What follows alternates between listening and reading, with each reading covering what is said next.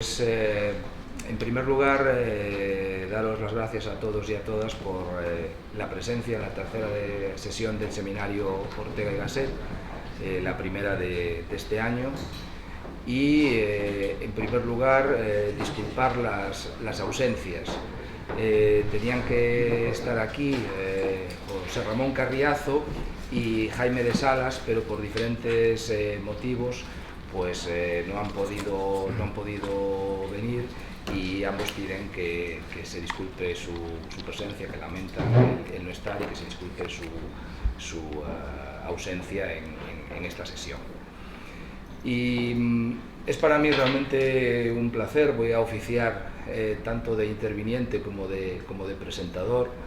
Es para mí realmente un placer que esta tercera sesión del seminario pues se dedique al libro de Nacho Blanco.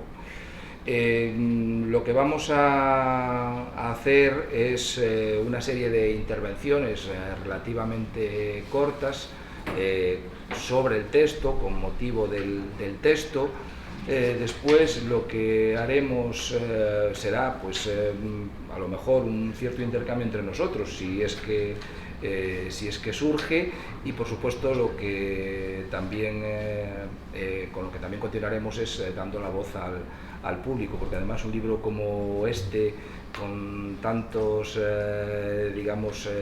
temas culturales flotando en el mismo, yo creo que da para encararlo desde diferentes puntos de vista, y todo el mundo tengo la impresión de que puede decir algo al respecto. Voy a empezar. El orden de intervención será primero el de Esmeralda Balaguer, que, en fin, en esta casa no necesita presentación, y en los estudios orteguianos tampoco. Esto yo recuerdo, lo que voy a decir yo ahora lo decían de mí de vez en cuando en otras presentaciones cuando yo era joven, ¿no? Decía, una joven promesa. Bueno, pues ella no es solo una joven promesa, sino que es una joven realidad.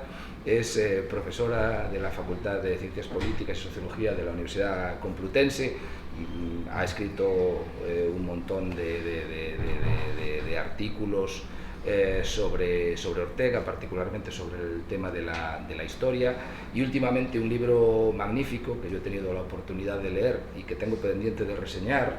Es una deuda que tengo con ella, que todavía no he cumplido, pero que cumpliré, que se titula Los límites del decir, razón histórica y lenguaje en el último Ortega, que está publicado en la editorial Tecnos. Y sin más, pues le doy la palabra. Bueno, casi presento ya a Nacho, porque pero Nacho, en fin, si Esmeralda no necesita presentación, pues Nacho menos, y en esta casa efectivamente igual, pues menos, ¿no? Él es catedrático de periodismo en la Universidad CEU San Pablo, aquí en Madrid. En fin, conocido orteguiano, con un montón de publicaciones sobre periodismo cultural, Ortega y el periodismo. El libro anterior a este, si no recuerdo mal, porque sus publicaciones son muy grandes, es El periodismo de Ortega y Gasset. Se ha preocupado también del periodismo cultural, dirige un máster en el CEU de periodismo cultural.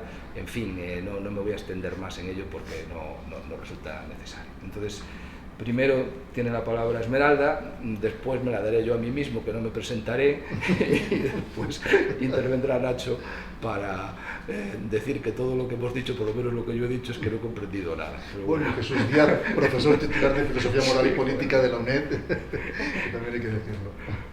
Pues Esmeralda. Bueno, pues muchas gracias, Jesús, por la amable presentación, y muchas gracias, Nacho, por invitarme a estar aquí contigo hoy para hablar pues de tu libro y de las empresas culturales y periodísticas de Ortega, que me parece una aventura fascinante. Ahora explicaré por qué. Y también gracias, Jesús, por pensar en mí para este pequeño seminario que lleváis adelante. Antes de empezar con el grueso de las ideas que quiero decir, quiero destacar que el libro, porque bueno, al final estamos aquí hoy reunidos no solo para hablar de las empresas culturales y periodísticas de Ortega, sino también para hablar de eso con respecto al libro, ¿no? Y el libro está publicado en la editorial Técnicos dentro de una colección que es la de Biblioteca de Historia y Pensamiento Político, que dirige Javier Zamora Bonilla, Y a mí me parece que es una buena aportación a esta colección que Ortega aparezca. Y que Ortega aparezca con una de sus facetas o de sus vertientes más características y que le acompañarán como filósofo. Esto lo voy a ir matizando, ahora solo lo dejo apuntado para que se encuadre el libro y lo que nos reúne aquí, dónde lo podemos encontrar, ¿no? Estaba diciendo que me parece una aventura fascinante porque, claro, hemos leído biografías de Ortega, hay varias biografías de Ortega, pues la de Javier Zamora, la de Jordi Gracia, y esto me parece que tiene esos tintes biográficos, este libro, pero desde una óptica y desde un prisma muy particular, que es el de las empresas periodísticas, y a mí eso me ha llamado mucho la atención, o quizás me ha hecho comprender una parte de Ortega que hasta el momento, pues, simplemente, en mi caso, forma parte de una superficie y que quizás ahora he ahondado más, ¿no? Porque esta coyuntura del filósofo, político, periodista, literato que tiene Ortega, vamos a decirlo así, pues no se puede entender sin la forma en la que escribe, el estilo que tiene, las metáforas que utiliza y por tanto el medio en el que expresa todo eso.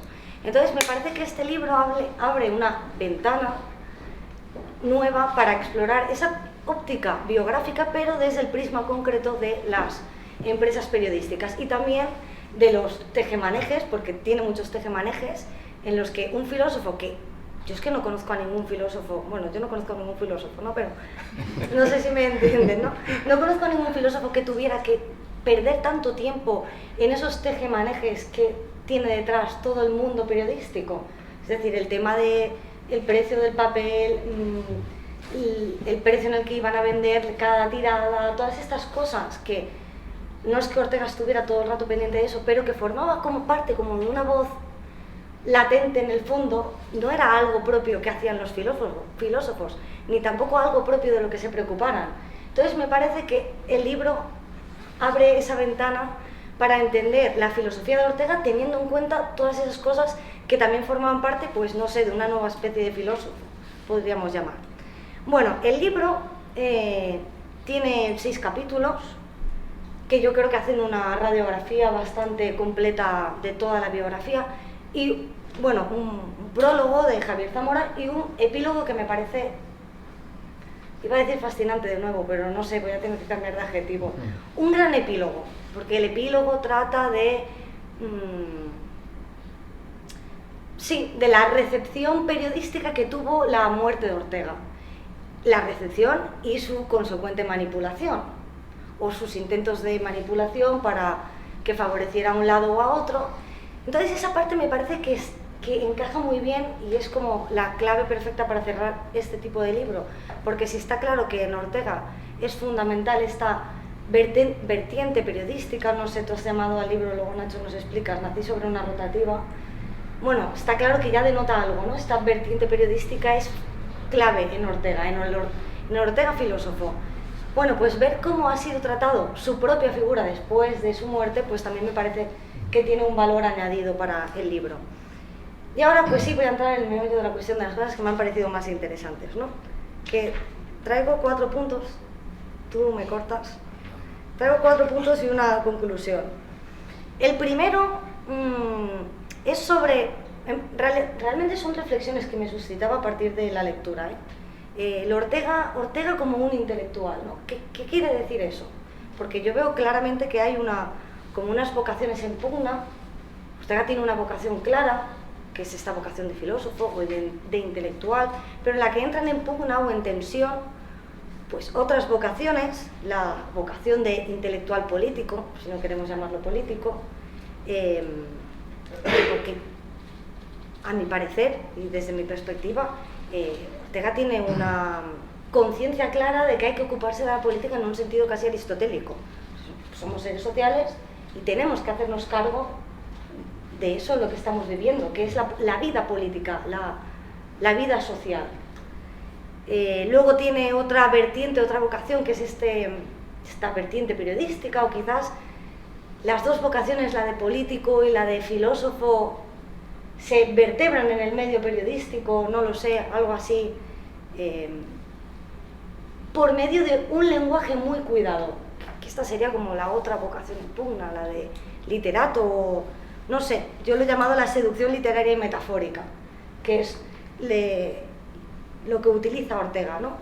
Entonces, esta figura de Ortega como intelectual que tiene una vocación clara de claridad, tiene varias facetas, o al menos tiene una muy fuerte, que es la de filósofo, que se tiene que vertebrar en un medio específico, que es el periódico, porque era el medio de su época, utilizando un lenguaje y unas formas, un estilo, una escritura filosófica determinada que no podía ser la escritura filosófica de la tradición filosófica vigente, tenía que ser otra, que sí que apelara o llamara, no sé, los corazones de los españoles para aquel momento. A mí me parece, y ahí me ha gustado mucho, que en el epílogo traes a colación como una necrológica de Baroja, que yo me voy a permitir el gusto de leer porque voy a leer algunas cosas. Y esto me ha llamado mucho la atención, ¿no? Porque todo esto que estoy contando, que quizás parece que no se conecta en la necesidad o en el imperativo que tenía Ortega de tener que publicar en el periódico o de vertebrar la filosofía en la plazuela pública del periódico, porque no podía hacerlo de otra forma si quería llegar a los españoles o si quería llegar al mundo de lectores. Voy a utilizar este concepto de que le sepa. Bueno, página 289. Dice Baroja, Ortega es el primer escritor español de nuestra época. Ortega se ha destacado en la literatura española con un vigor extraordinario. Su prosa es soberbia y trabajada hasta la perfección. Es el primer escritor español de nuestra época. A mí eso me parece fundamental, porque, vamos a ver, yo de formación pues he estudiado filosofía, no sé mucho de periodismo, pero me parece que el periodista tiene que tener una voluntad de estilo para encontrar su propia voz, ¿no? Y yo encuentro eso en Ortega, ¿no? Esto de que es el primer escritor español de nuestra época, bueno, es que no, hay infinidad de conceptos filosóficos que no existían en el español hasta que Ortega los acuña. Y claro, ¿en qué espacio los acuña? Pues como tú muestras aquí bien, Nacho, en el libro, pues en la forma periodística. Yo creo que esto responde en Ortega a dos impulsos, o yo saco eso, ¿no?, de esta lectura. Uno, el de la conciencia que tenía Ortega de cuidar su circunstancia para salvarse, cuida la circunstancia, y cuidar la circunstancia es hacerse cargo de los medios que tiene el intelectual para llegar al mundo de lectores. Y la otra es la conciencia de qué espacio necesitaba o de qué espacio podía hacerse servir para cultivar esa filosofía, que en última instancia pues no deja de ser el mundo periodístico.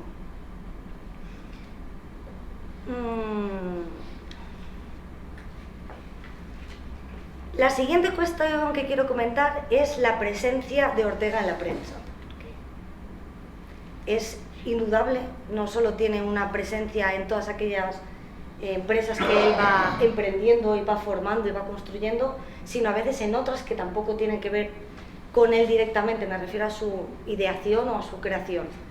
No sé, pues pensando por ejemplo en la Nación de Buenos Aires. Esto de la presencia de Ortega en la prensa, que está relacionado con el otro punto, con qué tenía que hacer un intelectual en España por aquel entonces para poder ser filósofo o para poder hacer filosofía a la altura de otros filósofos en Europa. Pues en España era esto, ¿no? Yo creo que eso se matiza muy bien en el prólogo a una edición de sus obras de 1932, porque Ortega dice que su filosofía es una filosofía de actualidad y de circunstancia. Y yo he anotado aquí citas textuales, dice: mi obra brota en la plazuela intelectual que es el periódico, que era la única forma de crear algo en España. Claro, Ortega es plenamente consciente que solo puede ser filósofo si ese único medio de crear algo en España, de crear no solo una renovación, una regeneración, porque tú hablas en estos términos, yo creo que también era una cultura vital filosófica, que quizás no estaba tan marcada hasta el momento, porque era más literaria. Aunque bueno, tampoco voy a decir que Unamuno no fuera un filósofo, ¿no? Pero era otra tradición o otra forma de entender la filosofía. o de abordar la filosofía. Entonces me parece que Ortega es consciente de que esa manera de crear una conciencia vital filosófica solo se puede dar en la plazuela del periódico porque le ofrece la actualidad y la circunstancialidad que le permite salvar su circunstancia. Claro, porque ¿qué otra cosa tendría que hacer el filósofo? ¿Vivir en el mundo de las ideas? Bueno, quizás alguien me pueda decir, sí, por supuesto, pero Ortega indudablemente no considera eso. La filosofía la filosofía es pública, no es otra cosa más que pública. Yo creo que ahí está muy próximo a Aristóteles, incluso también a Platón, pues es bajar a la caverna. Entonces, ese bajar implica actualidad y circunstancia. Y luego, en otra frase del prólogo a una edición de sus obras, dice: el artículo de periódico es una forma imprescindible del espíritu. Esto a mí me parece fundamental, para que entendamos cuál ese ímpetu, porque en última instancia yo me preguntaba cuando terminaba de leer el libro, ¿por qué Ortega tenía este afán? Porque podía publicar en periódicos, pero ¿por qué quería crear algo él? Que esa última creación, pues, no sé, podemos decir que es la Revista de Occidente, ¿no? ¿Por qué quería crear algo fundamental, algo desde sus cimientos, que fuera no solo un periódico al uso, sino el lugar donde la intelectualidad española y europea occidental se aunara para pensar la filosofía de su tiempo? ¿Por qué quería crear eso? Es lo que yo me pregunto. Bueno, me parece que todo esto pueden haber pistas, ¿no? Tú dices, Nacho, que yo en esto estoy completamente de acuerdo, y así enlazo con mi tercer punto, y voy terminando, que la plazuela pública tiene una importancia fundamental porque es el lugar, la plazuela pública de periódico, es el lugar para transmitir las grandes ideas de regeneración y renovación española. Y yo estoy completamente de acuerdo, porque esto va a enlazar con el siguiente punto, ¿no? Porque, ¿qué hace el filósofo? El filósofo genera nuevas ideas que tienen que confrontar creencias vigentes, obsoletas, que quizás ya no dan cuenta de unas necesidades en una realidad, que ya no se adaptan a esos nuevos tiempos. Entonces, claro, el periódico es el espacio, el medio de transmisión de esas grandes ideas. Pero un matiz importante, que también me ha gustado mucho, no solo es un canal de transmisión, sino que tú dices, tiene una función ética. Y yo ahí también estoy completamente de acuerdo. De hecho, la etimología de ética es una etimología que hace Ortega, porque Ortega era maravilloso en esto de las etimologías. Ética viene de elegancia. Eligens, el eligens es el que sabe elegir bien. Es decir, el periódico tiene que tener una función de saber elegir bien aquello que está diciendo y cómo lo está diciendo y por qué lo está diciendo, o incluso qué está callando para decir esas otras cosas, con el fin de poder formar, cultivar el alma, el espíritu del mundo de lectores al que se dirige, para conformar una opinión pública, que es ahí a donde voy al tercer punto de mis impresiones, que es la conformación de la opinión pública para transformar precisamente las creencias del tiempo. Y para eso me voy a remontar a Miseria y esplendor de la traducción, de 1937. Que esto, yo no sé si estoy siendo muy dispersa, pero esto me permite enlazar con el último punto, porque biográficamente hay una parte de Ortega que es a partir del 32, con la segunda navegación, cuando Ortega dice que va a mantener silencio. Bueno, esto lo dejo ahí como algo que se queda latente y ahora lo retomo. Pero en ese silencio, que no es silencio, o al menos yo no lo creo, bueno, pues Miseria y esplendor de la traducción me parece que es un argumento de ese no silencio de Ortega, porque se publica en 1937 en La Nación de Buenos Aires, cuando Ortega había dicho que se iba a silenciar, iba a dejar atrás su actividad periodística o su presencia periodística en la plazuela del periódico. Y a mí esa parte, esos dos últimos capítulos de tu libro me han interesado mucho porque tratan precisamente de esta tensión que se ve entre el intelectual, que tiene un compromiso con su circunstancia y dice que se quiere silenciar, pero a la vez sabe que no puede porque no es algo que pueda hacer el filósofo. Pero por otra parte, en algunas ocasiones incluso podemos hablar de una especie de orgullo herido del ser humano, porque a veces también se nos olvida que Ortega era un ser humano, como cualquier otro de esta sala, de carne y hueso, y que tenía pues intereses y luchas internas y propias batallas que tenían que ver con su insatisfacción por no haberse realizado, consolidado como un filósofo, como habían hecho, pues no sé, los grandes filósofos europeos como Heidegger. Quiero decir que eso me parece que está muy bien reflejado en todo este tránsito y tensión que hay con su presencia periodística en estos últimos dos capítulos. Sí, a partir del 32, vaya. Bueno, pues en mi serie Esplendor de la traducción, Ortega habla en la tercera entrega se titula sobre el decir y el callar, ¿no? Que esto ya dice mucho, dice y calla mucho de lo que yo quiero decir y de lo que quería decir él. Y habla de dos conceptos, el concepto de doxa y del concepto de paradoxa. Y entonces dice que yo he aquí anotado 3 líneas, tampoco lo recuerdo exactamente, ¿no? Pero les emplazo a que lo lean. Dice: el intelectual existe para llevar la contraria a la opinión pública, a la doxa, sosteniendo frente al lugar común, el lugar común es ese de la opinión pública, la opinión verdadera, la paradoxa. Es decir, que Ortega sabe que el periódico es el lugar común, es donde están las creencias, donde están esos usos, esas cosas que se están diciendo y se están repitiendo, pero que es preciso combatir y que es preciso idear de nuevo, es decir, presentar nuevas ideas para que se puedan cuestionar, para que se puedan entrar en debates, para que se pueda dialogar y que esas creencias que fueron reinantes, que fueron vigentes, pero que en su momento ya no lo son, empiezan a ser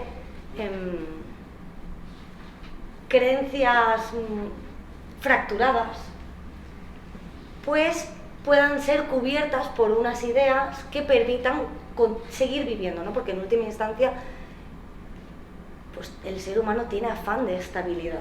A todos nos gusta saber a qué atenernos, saber a qué agarrarnos, ¿no? Saber que si abrimos esa puerta, pues hay un mundo más allá de ellos. Esas son las creencias.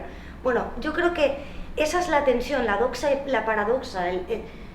Yo tengo la sensación de que Ortega es consciente de que el medio que tiene que utilizar el filósofo para vertebrar la paradoxa, el filósofo en España, es estas empresas periodísticas, pero sin olvidar que en las empresas periodísticas se va a cultivar el lugar común. E incluso Ortega es consciente de que en algún momento sus ideas se convertirán en creencias, en lugares comunes que convendrá volver a repensar y volver a cuestionar. Y esta es la línea de la circunstancia del momento. Tú lo sabes mejor que yo, Nacho. En 1920 Lippmann publica su libro, el de Public Opinion. Es decir, es un momento en el que la función que va a tener la opinión pública, la función pedagógica, cultural o educadora, sí, intelectual de la opinión pública es fundamental. No sé, luego tenemos aquí a intelectuales también que son importantes como Skinner, que vendrá a decir, bueno, es que el lenguaje es performativo, el lenguaje tiene la posibilidad de transformar la realidad, aquello que decimos y el cómo lo decimos, bueno, pues puede convertir a eso en la exacerbación de los fascismos, aquello que decimos y el cómo lo decimos. Todo eso es importante, todo eso está ahí. De hecho, Ortega habla de la opinión pública como el cuarto poder espiritual. Bueno, pues yo creo que es consciente Ortega de que su faceta de filósofo y de periodista tienen que compensarse para poder generar nuevas ideas que cuestionen las creencias que se han fracturado y ya no sirven. Todo esto se encuadra en el último punto, y ya termino, que es el del exilio y el del silencio, si Ortega habló, si Ortega calló, porque Ortega decía que pues, se iba a silenciar porque había quedado exhausto de sus fracasos periodísticos, políticos, intelectuales, y entonces pues nos encontrábamos ahí que él sentía, lo dice en el prólogo a la edición de sus obras, ¿no? Pues que tenía que forjar grandes libros. Y bueno, yo creo que ese silencio pues no es tal, y a mí me parece que estos escritos, de los que tú das cuenta, a la medida que vas rastreando la participación y la presencia pública en los periódicos, me parece que defienden mi postura, ¿no? Que es la de que Ortega pues no guardó silencio, porque seguía escribiendo y decía que no hablaba de la circunstancia española, pero si leemos entre líneas sí está hablando. Y cuando escribe el prólogo para franceses, de nuevo en La Nación, en el 37, pues está hablando de España, aunque también está hablando de Europa. Lo mismo cuando está escribiendo del Imperio Romano,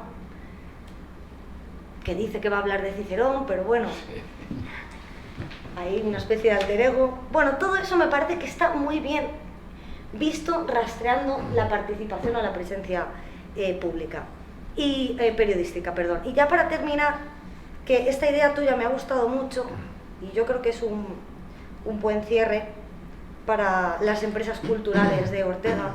La filosofía de Ortega, dices, es una filosofía de diálogo con el otro, con el lector o con el oyente.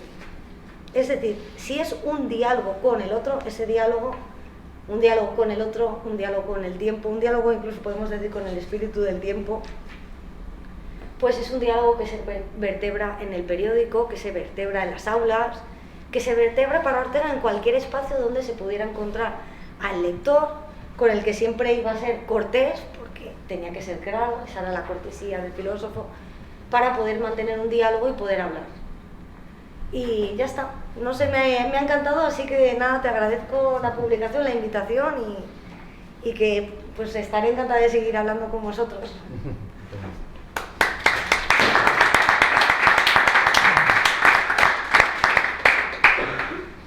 Bueno, ahora voy a hacer yo una intervención, creo que va a ser corta, porque lo importante es que escuchemos a Nacho y también lo que tengáis que decir en el público. Yo soy rehén de uno de mis maestros que siempre escribía las intervenciones, incluso la de las presentaciones de los libros. Entonces, en fin, he tenido esa mala costumbre de copiarlo y he redactado un texto que tiene bastante que ver con lo que ha dicho Esmeralda, y yo en lo del silencio llevo reivindicando que ese silencio también fue relativo, nunca fue tal, en fin, que hay muchas maneras de callar y de hablar, ¿no? Y yo básicamente en lo que me centraré aquí será en qué tipo de filosofía, al hilo del libro de Nacho, qué tipo de filosofía es la filosofía de Ortega y cuál es la relación paradójica, que también es una relación paradójica dentro de la propia comprensión, autocomprensión de la filosofía orteguiana, cuál es la relación entre el político y el filósofo, o el filósofo y el político. Esas son las dos cosas que trataré al hilo del libro de Nacho, y paso sin más a leeros. Lo titulé, en, digamos, homenaje al libro Filosofar desde una rotativa. El magnífico libro de Ignacio Blanco que hoy presentamos resulta altamente recomendable por muchos motivos. Para quienes no estén familiarizados con la vida y el pensamiento del gran filósofo madrileño, el volumen constituye una excelente introducción y aterrizaje en ambos. Porque aunque es verdad que la perspectiva desde la que está escrito es la vinculación de Ortega con el mundo periodístico, con las diferentes empresas e iniciativas culturales y políticas que creó o auspició en tal ámbito, su cobertura desborda ese marco concreto para alcanzar con finura intelectual, claridad y elegancia estilísticas los aspectos más señeros de la obra y biografía orteguianas, ligándolas en un verdadero ejercicio de razón histórica. Estamos en presencia, por tanto, de un libro que el no iniciado agradecerá tanto en su lectura global como en el posible acompañamiento sectorial de los diversos volúmenes o ensayos de Ortega que puedan ocuparle en un momento determinado. Pero si estoy seguro que esta lectora o lector neófitos saludarán grandemente el libro de Nacho Blanco, pienso de igual modo que quienes son ya buenos degustadores del autor de Meditaciones, así como los especialistas en su obra, hallarán en estas páginas un no menor interés y provecho. Y digo esto porque el imponente estudio que el autor realiza no solo es valioso en sí mismo desde el punto de vista de la historia cultural española, sino que además permite al investigador orteguiano, más volcado a la interpretación específicamente filosófica, situar una gran mayoría de las obras del pensador en la encrucijada vital y periodística en la que nacieron, revelando aspectos significativos de su tramoya material y vivencial que con frecuencia dejamos de lado quienes venimos del ámbito más filosófico. Recordemos a este respecto que el pensador madrileño, que Ortega, siempre rechazó el estudio a palo seco de las ideas humanas, de los puros filosofemas, la clásica historia de las ideas que enfrenta sin más unos sistemas con otros, sin tener en cuenta el humus, el engarce cosmovisional o credencial, generalmente en crisis, del que han surgido.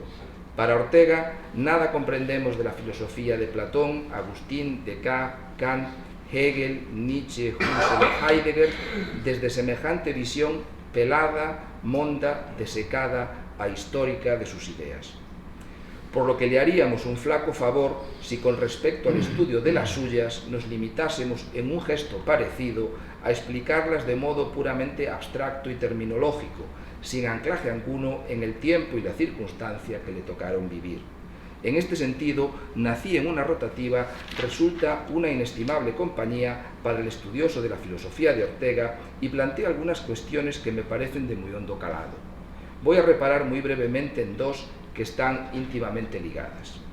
La primera de ellas tiene que ver con un viejo asunto que resurge una y otra vez en la discusión y valoración de la obra filosófica de Ortega, particularmente en España, a saber, la de si nuestro filósofo lo es propiamente tal, si su obra resiste la comparación con el tipo de textos y de trabajo intelectual generados por los pensadores que terminamos de citar o cualesquiera otros de la tradición filosófica, incluidos sobre todo sus propios pares en el siglo XX. La segunda cuestión que trataré se refiere a la relación aparentemente enfrentada entre el intelectual y el político, entre las profundidades de la verdad, de la teoría, en suma, de la filosofía, y la mundanidad o carácter de superficie, en definitiva, periodístico, de lo político. Vayamos a la primera. Me parece, en efecto, que uno de los temas de fondo que pueden plantearse a través de la lectura del libro de Nacho es si este filosofar en el periódico, tan propio de Ortega, si el filosofar en la plazuela de las letras, es filosofía en el sentido más riguroso del término o se trata más bien de un tipo de reflexión mundana, de segundo orden, surgida al calor de la contingencia y lo particular y que, aunque valiosa, no puede elevarse realmente al verdadero Olimpo filosófico. Quienes piensan de esta segunda manera conceden que Ortega lo intentó, que fue un intelectual prestigioso que tuvo intuiciones geniales, pero que por unos u otros motivos nunca pudo superar ese carácter mundano, periodístico de su pensamiento y construir de modo articulado una verdadera filosofía primera organizada en una serie de categorías que de alguna forma aspiran a la eternidad.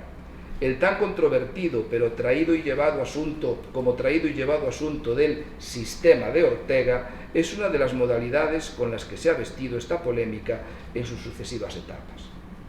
No es este el momento de profundizar en ella, pero sí me gustaría decir al respecto con gran brevedad y aun a costa de simplificar dos cosas, en las que quizá podamos incidir más tarde. La primera es que el propio Ortega dio pie en diversos y famosos escritos, algunos de ellos recogidos en el libro que hoy presentamos, a esta interpretación descalificada de su propio filosofar en el periódico, al poner el acento en que la filosofía lograda, también en lo que a él concernía, era la que deberían contener los famosos mamotretos que nunca aparecieron, mamotretos asentados en la idea de que la manera de articular el verdadero pensamiento filosófico era el tratado sistemático de corte germano.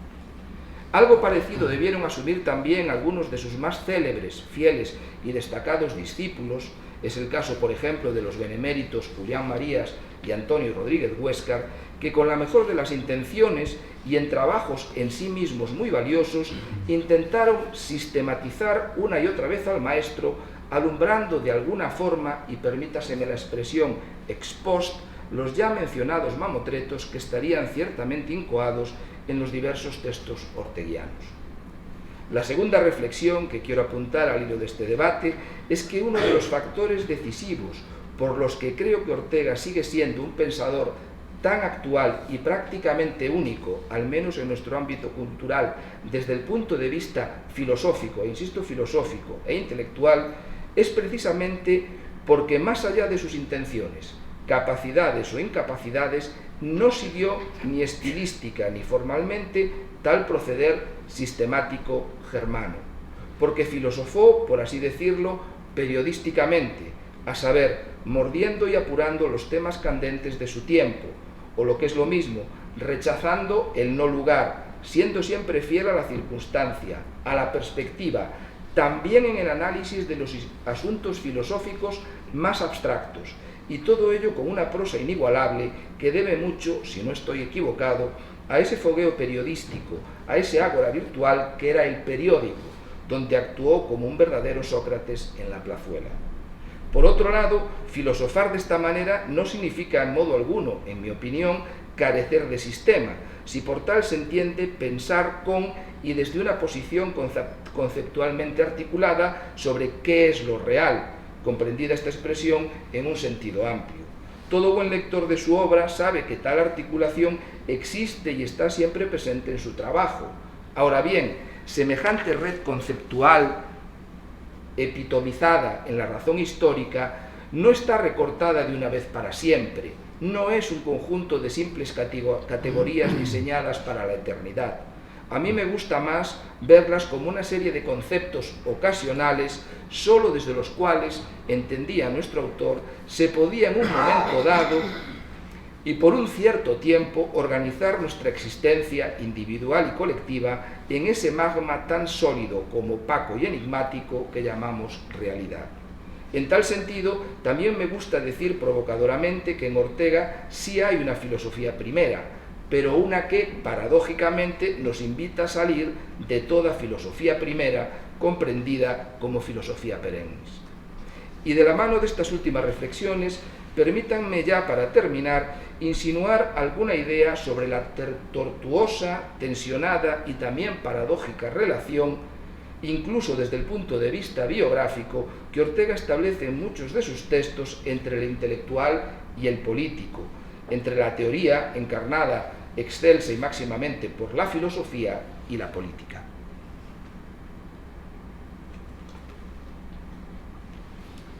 Nacho Blanco, en su libro, recoge ex abundantia el claro enfrentamiento que el filósofo establece entre ambos tipos humanos y sus actividades respectivas. Si el intelectual está guiado siempre por la verdad y la moralidad, el político se mueve constantemente en el reino de la mentira y la inmoralidad. Si el primero se retira del mundo, se ensimisma para poder pensar, el segundo está plenamente volcado, incluso alterado en él. Si el primero, el intelectual, habita un tiempo alejado de toda inmediatez, el político, igual que el periodista, está prácticamente encerrado en el instante. A la luz de ambas descripciones, puede haber dos fisonomías más antagónicas, orteguianamente hablando, que la del intelectual y el político. El autor del tema de nuestro tiempo llega a veces a diferenciarlas tanto que el intelectual solo parece manifestarse en puridad cuando desaparece el político. Toda esta oposición tiene además un lado vivencial. Muchos de los escritos que polarizan ambas figuras aparecen significativamente, lo ha comentado también mi compañera, cuando el propio pensador ha sufrido un revés en algunos de sus proyectos político-culturales.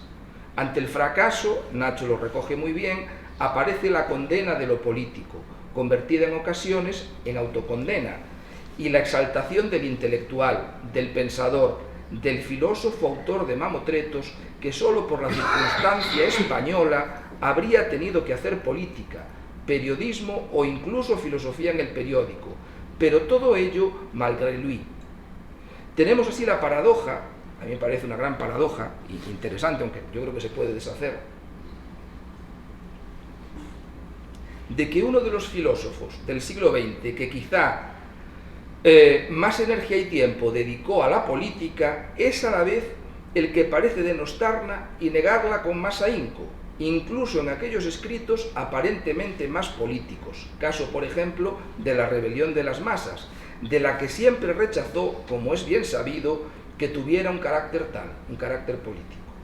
Por otra parte, a esta descripción enfrentada de política y filosofía, que repito, es muchas veces autodescriptiva, se agarran curiosamente tanto los detractores como los partidarios de Ortega, y es curioso, se agarran al mismo hecho, los detractores como los partidarios de Ortega, en una nueva vuelta de tuerca que nos sitúa otra vez en el debate de su condición o no de verdadero filósofo. Los primeros, los detractores, para insistir desde otro ángulo en que no fue un filósofo comme il faut, pues aunque fuera a su pesar, filosofó básicamente en el medio impuro que era el periódico. Los segundos, sus partidarios, para rebatirlos con rotundidad, señalando que hay verdadera filosofía en Ortega, porque a pesar de los pesares, a pesar de la circunstancia desfavorable, a pesar de que quizá le faltan a sus escritos un último hervor sistemático, fue capaz de ir más allá de su filosofía mundana, y ahí está la coincidencia, particularmente en sus escritos posteriores al desencanto republicano, retirado ya precisamente Ortega de los periódicos y la política. Hoy sabemos, lo ha dicho Esmeralda, y Nací sobre una rotativa lo muestra con claridad, que tal retiro o silencio no lo fue del todo y que se debió en muchos casos a motivos puramente estratégicos y no solo intelectuales. En cualquier caso, y más allá de la disputa, no puede negarse que igual que hay en el propio Ortega una minusvaloración de su propia filosofía mundana, de su filosofar en el periódico, también ocurre lo mismo en paralelo y por las mismas razones, y esto es creo lo interesante, en relación al político y la política. Terminamos de verlo. Pero siendo verdad esto, creo sin embargo que un análisis menos literal, más ponderado y caritativo de sus ideas sobre el particular, incluso en los mismos textos en los que aparece la contraposición de modo más marcada, nos llevaría a deshacer la paradoja, a matizar mucho e incluso a rechazar explícitamente el enfrentamiento filosofía-política que el pensador madrileño parece auspiciar en un buen puñado de textos, porque el verdadero político orteguiano, el que se alumbra en trabajos señeros como el Mirabeau, es también aquel que se asienta, aquel que se asienta a lo Fichte en la realidad, es decir, el que sabe leerla a la luz de la circunstancia, y que gracias a una profunda intuición histórica sobre el sino de los tiempos, consigue pergeñar un proyecto de país y seguir su vocación para intentar plasmarlo. El buen político orteguiano no es ahora el momento de intentar mostrarlo, solo denunciarlo, no es, en mi opinión, alguien completamente opuesto al intelectual.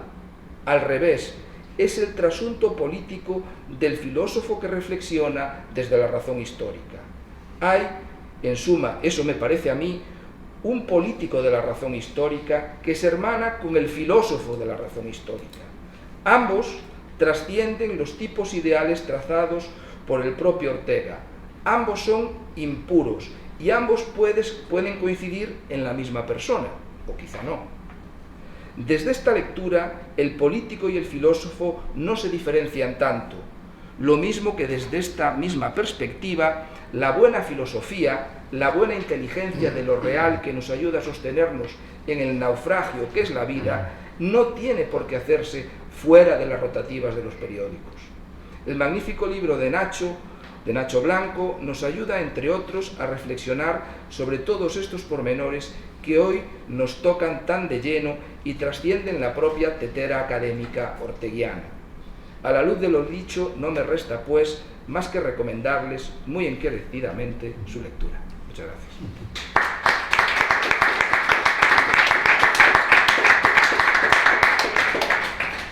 Bueno, ahora me toca hablar a mí.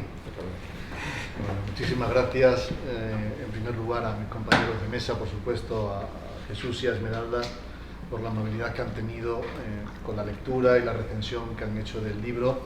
Te recuerdo, Jesús, que no íbamos a hacer una presentación del libro, pero al final estamos haciendo una presentación del libro, porque, de hecho, en las conversaciones previas a este seminario con los coordinadores habíamos acordado que el tema del seminario girara alrededor de las empresas culturales de Ortega, que era una buena excusa para hablar de esta parte de la actividad pública de Ortega. Pero expresamente habíamos dicho, pero no hagamos una presentación al uso del libro, sino que hablemos de las empresas culturales de José Ortega y Gasset. Pero al final es inevitable que acabemos, lógicamente, hablando del libro, ¿no? Pero bueno, agradezco a la Fundación, por supuesto, Ortega Marañón, y a la UNED la organización de este seminario y que me hayan invitado a que el tercero, me ha parecido entender, del curso gire alrededor de este tema que me ha ocupado en este libro del que estamos hablando, ¿no? Por supuesto, a la editorial Tecnos y a mi gran amigo Javier Zamora, que es el director de esta colección y además prologuista del libro, al que me une una antigua amistad desde que empezamos juntos en la aventura. Él dice en el prólogo: aventura incierta de las obras completas, que publicamos entre 2004 y 2010 y que realmente me gustaría mucho que pudiera que pudiera estar aquí, ¿no? Bueno, y a todos ustedes veo muchas caras conocidas entre el público. Mi maestro Luis Núñez, que lo tengo aquí delante, muchos no lo conocerán a lo mejor en este ambiente orteguiano, pero es un gran catedrático de la Complutense y del CEU, uno de los, se considera los padres de la periodística en España, aunque él viene de filosofía y de derecho, pero fue uno de los que estableció los cimientos de los estudios de ciencias de la información en España, y he tenido la suerte de trabajar muchos años a su lado, y me considero, si me lo permite, querido Luis, como discípulo, o por lo menos maestro. He aprendido mucho de ti. De hecho, no me he preparado para eso. Bueno, pero como sé que aquí hay otros amigos orteguianos muy conocidos en esta casa, pero que no te conocen a ti, pues me ha alegrado mucho verte y que hayas podido venir y compartir este rato con nosotros. Pero bueno, tantos amigos aquí, ¿no? Antonio, siguiendo, Pepe también, Luisa, Íñigo, que también fue estudiante mío y un grandísimo, teniendo un doctorado ahora, importantísimo, Margarita. Bueno, veo a muchos amigos, Iván, por supuesto, y que están acompañándonos, con lo cual pues convierte a este acto en un acto académico, pero a la vez, desde el punto de vista personal, muy grato, ¿no? Les tengo que confesar una cosa de índole biográfico, ya que hablamos de la biografía. A mí no me pone nervioso hablar en público. Yo llevo 25 años dando clase, y como muchos de vosotros, que sois veteranos profesores, y realmente cuando sé lo que tengo que decir no me pone nervioso hablar en público, y soy una persona bastante tranquila cuando hablo. Pero sí me pone nervioso cuando hablan de mí en público, o tengo yo que hablar de mi libro. Curiosamente ahí experimento una sensación como de, no lo llamemos nerviosismo, pero sí por lo menos un cierto azoramiento interior cuando uno siente que están hablando de uno mismo, ¿no? Que es curioso cuando, con la cantidad de libros que yo he presentado, el tuyo mismo no hace mucho tiempo, y voy pues a pecho descubierto y con tanta tranquilidad hablar de eso, y siente de pronto un azoramiento interior cuando siente que hablan del trabajo que uno ha hecho, ¿no? En cualquier caso, yo lo que tenía que decir lo he dicho en el libro, y a mí lo que me gustaría es que se leyera a Ortega, no a mí. Y en todo caso, lo que quería era escuchar a estos dos grandes profesores y amigos y orteguianos, y escucharles a ustedes también, porque me consta que algunos de los que estáis en la sala habéis podido ya leer el libro, pues que podáis ahora, en un diálogo amistoso que hagamos, podáis también tomar la palabra. O sea que no voy a extenderme mucho, pero sí hay algunas cosas que quiero sencillamente completar al hilo de las observaciones de mis compañeros, ¿no? El libro es una biografía, efectivamente. No es una biografía de Ortega y Gasset. Yo creo que la biografía de Ortega la escribió Javier Zamora en 2002. Se han hecho otras, efectivamente, pero a mí particularmente es la que más me ha ayudado a acercarme a la figura del pensador. Siempre lo he dicho, cada vez que he podido en público, y he elogiado la obra de Javier, y a mí me ha guiado mucho.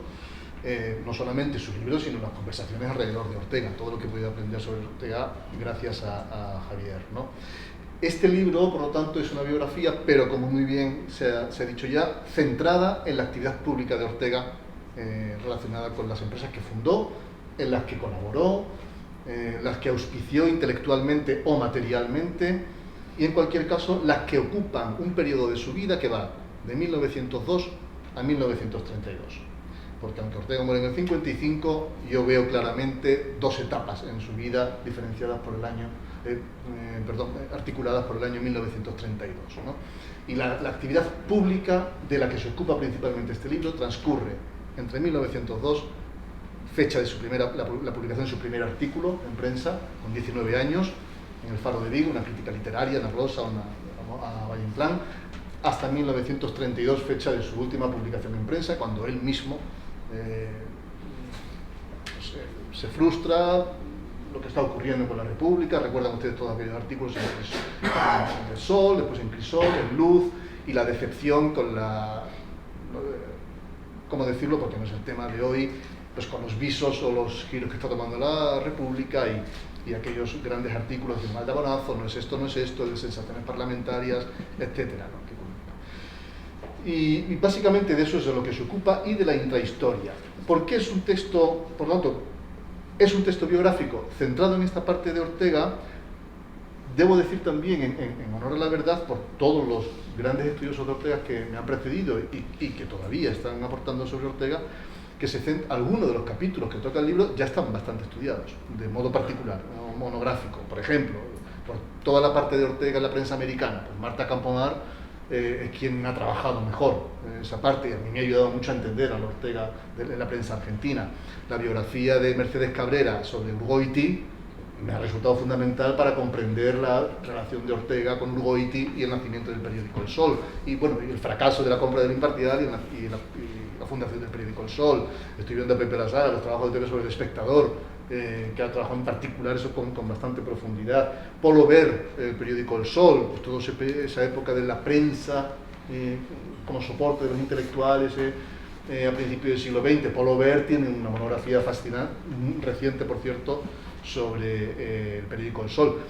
Y quizá el primero de todos ellos, y el último en mencionar, Gonzalo Redondo, que estudió, recuerdan ustedes, en Rial, 2 volúmenes, las empresas políticas de José Ortega y Gasset, donde estudiaba precisamente. O sea que hay estudios particulares de los que el sentido general trata este libro, ¿no? ¿Por qué es una biografía, sin embargo? Pues, en mi humilde opinión, me permitirán que lo diga así, lo que aporta de novedoso este libro respecto a lo que conocíamos es el casi centenar de cartas que no conocíamos, que están en el archivo Ortega, y que he utilizado para reconstruir algunos de los episodios que eran más o menos desconocidos, podríamos decir. Yo creo que esa es la principal novedad. En los años que yo estuve intensamente trabajando aquí en el Centro de Estudios Orteguianos, me sumergí en el archivo Ortega, que muchos de los que sois investigadores de Ortega conocéis igual que yo, y ahí hay un gran cajón de papeles de interés biográfico, que a mí me parece el cajón más interesante del archivo Ortega, porque realmente ahí hay de todo, desde las hojas de laurel de la corona mortuoria que los estudiantes llevaron a San Isidro, o los crespones, hasta los telegramas que se recibieron cuando murió. Ahí te encuentras realmente un cajón de desastre fascinante sobre la biografía de Ortega, ¿no? A tickets de barco, de transporte. Entonces es una carpeta del archivo Ortega muy interesante, la de papeles de interés biográfico, que así la llamó Soledad Ortega, su hija. Y ahí me sumergí, junto con el epistolario, para reconstruir esta historia, la intrahistoria, diríamos, de lo que trata este libro. Por lo tanto, es biográfico en ese sentido y aporta como novedad pues ciertas gestiones, lo ha insinuado Esmeralda, ciertas gestiones que desconocíamos, ¿no? Y que realmente pues pudieron constituir eventualmente algún tipo de tribulación para el propio Ortega. Lo digo porque me parece en el caso de cualquier intelectual o de cualquier personaje de la talla de José Ortega y Gasset, pero en el suyo en particular, me parece importante conocer su biografía. Creo que podemos alcanzar a entender mucho mejor su pensamiento si tenemos un conocimiento lo más completo posible de su circunstancia. Y a eso es a lo que me gustaría que este libro contribuyera, ¿no? Las circunstancias que le llevan a tomar ciertas decisiones, ¿no? Y no quedarnos solamente en la frialdad del texto, a pesar de que en el caso de Ortega no son nunca textos fríos. Como él mismo diría, se puede poner la yema sobre sus páginas y sentir el palpitar de su corazón. Y es verdad que son textos muy vivos los de Ortega, y dramáticos, pero cuando realmente te acercas al epistolario de las personas que estuvieron vinculadas con él detrás de alguna de estas empresas, es cuando alcanzas a entender la magnitud de algunas de las ideas que expresa o de las circunstancias que él estaba atravesando, ¿no? Pienso, por ejemplo, cuando cesa su colaboración en La Nación de Buenos Aires, en los difíciles años 30. Está viviendo un doloroso exilio, la única fuente de ingresos que tiene son sus publicaciones en La Nación de Buenos Aires, y La Nación de Buenos Aires publica un artículo de un intelectual conservador, Laferrere, en el que le culpa a Ortega de los cientos de miles de muertos que están ocurriendo en España, ¿no? Y Ortega, con toda su dignidad, se hace cargo y cesa su publicación, a pesar de que en el libro está reconstruido todo ese episodio, las cartas de los dueños de la nación que le ruegan, por favor, es la firma más importante que tenemos, tiene usted que disculpar este descuido, etc. No, pero cree que hay cosas que están por encima de esto y cesa su publicación en un momento en el que realmente necesitaba cada uno de esos dólares para sostenerse él y toda la familia que lo acompañaba, ¿no?, en su exilio. Es decir que, bueno, esas circunstancias creo que tienen interés biográfico y narrativo y nos ayudan también a entender mejor al filósofo. Respecto a las vocaciones, me ha gustado mucho como lo ha planteado Esmeralda, las vocaciones de Ortega, ¿no? Y lo conecto con la idea de Jesús respecto a la democratización de la filosofía. A mí me gusta mucho pensar que Ortega realmente consigue una verdadera democratización de la filosofía. Claridad, ¿no? Que es el título de la exposición, además que ustedes pueden ver aquí, de Revista de Occidente. Este afán de claridad. Yo me considero del linaje de aquellos que de la oscuridad a la claridad aspiran. La frase de Goethe que no para de repetir en todo, cada 2 por 3 en su obra, ¿no? Y ese afán de claridad, la gente que trabaja en la prensa lo sabe muy bien. Y yo creo que ahí, de la gente que habló del periodismo de Ortega o de la escritura de Ortega, uno de los que mejor lo dijo fue Julián Marías, ¿no? Cuando dijo Ortega, fundamentalmente, en este doble volumen de Julián Marías, de las trayectorias, ¿no? En las circunstancias, me parece que era el título del primer volumen, y habla de que Ortega es fundamentalmente un escritor. Y un artículo de periódico puede ser cualquier cosa menos aburrido, ¿no? Y cómo el artículo de periódico te obliga a articular, como su propio nombre indica. Es una pieza que tiene que tener independencia semántica, pero a la vez ser capaz de articularse con sucesivas o previas, de tal suerte que el pensamiento pueda estar articulado, que conecta con la idea de sistema que ha explicado Jesús, ¿no? Bueno, pues yo creo que todo esto constituye, o es un elemento constitutivo de ese lenguaje performativo que realmente Ortega es consciente de que tiene que utilizar en el tiempo que a él le toca vivir, ¿no? Y que efectivamente está expresado en el prólogo, una edición de sus obras, que es uno de los pocos, me atrevería a decir el único, pero a lo mejor Pepe lo puede corroborar o no, texto autobiográfico de Ortega, en el que realmente habla de sí mismo desde un punto de vista autobiográfico, cuando él cuenta que su formación alemana es la que le lleva a tomar conciencia de que en España ni la cátedra ni el libro tenían eficiencia social y solo el artículo de periódico era el instrumento con cierta capacidad de permear en la sociedad y de transformar la sociedad de su tiempo, ¿no? Y asume este destino consciente de que va a ser censurado por ello. No era ningún ingenuo. Ortega venía de formarse en Alemania, era ya catedrático en la Universidad Central, y sabía muy bien que hacer filosofía en el periódico le exponía a una censura, y sin embargo lo hizo, como tú bien has recordado, enunciando esa bella frase de que el artículo es una forma imprescindible del espíritu, ¿no? Y quien no lo entienda, no entiende el signo de nuestro tiempo. Decía en los años 30, y me pregunto qué diría hoy, ¿no? En la época en la que vivimos, en la época de la digitalización y las formas imprescindibles del espíritu, ¿no? Es decir, el entender qué instrumentos tenemos para permear en la sociedad y que nuestro mensaje realmente tenga algo de sentido para el público al que nos dirigimos, que sea transformador, que sea regeneracionista y que realmente podamos cambiar la circunstancia, ¿no? Hoy hablaba con unos, en la comida antes de venir, con unos amigos venezolanos que me preguntaban por Ortega, me preguntaban y el periódico, y por qué el periódico, y bueno, y curiosamente hablábamos del caciquismo, de la época en la que Ortega, cacique, que es una palabra que viene de Latinoamérica, que ellos conocen muy bien la palabra cacique en Sudamérica precisamente, ¿no? Es una importación aquí, y hablábamos de cómo Ortega es consciente de que solo la educación puede transformar la sociedad, y que la España de los años 20, con unos índices de analfabetismo tremendos y con un acceso a la educación que no era universal ni era un ascensor social como lo es hoy, solo el periódico tenía esa capacidad transformadora. Y yo creo que estamos ante un hombre que toma conciencia de su circunstancia y de los recursos que tiene para cambiar esa circunstancia y salvarse, ¿no? Salvar la circunstancia, diríamos en sus propios términos. Me ha gustado que haya recordado a Baroja, que efectivamente consideraba que Ortega era el mejor escritor de su tiempo. Es importante que lo diga Baroja, como en todos ellos, todos los grandes escritores del 98, también del 14, incluso del 27, pero pienso en Juan Ramón, ¿no? Cuando lo recuerda, Juan Ramón Jiménez, cuando recuerda a Ortega como fusión de horizontes, ¿no? Imán de horizontes, la admiración que todos los escritores que consideraríamos nosotros escritores tenían hacia el Ortega escritor, ¿no? Todos, aparte del intelectual. Bueno, de algún modo queda eso reflejado en este libro, ¿no? La relación de Ortega con la prensa, no lo habéis comentado ninguno, y por eso lo quería apuntar aquí, por completar el documentario. La relación de Ortega con la prensa no fue pacífica.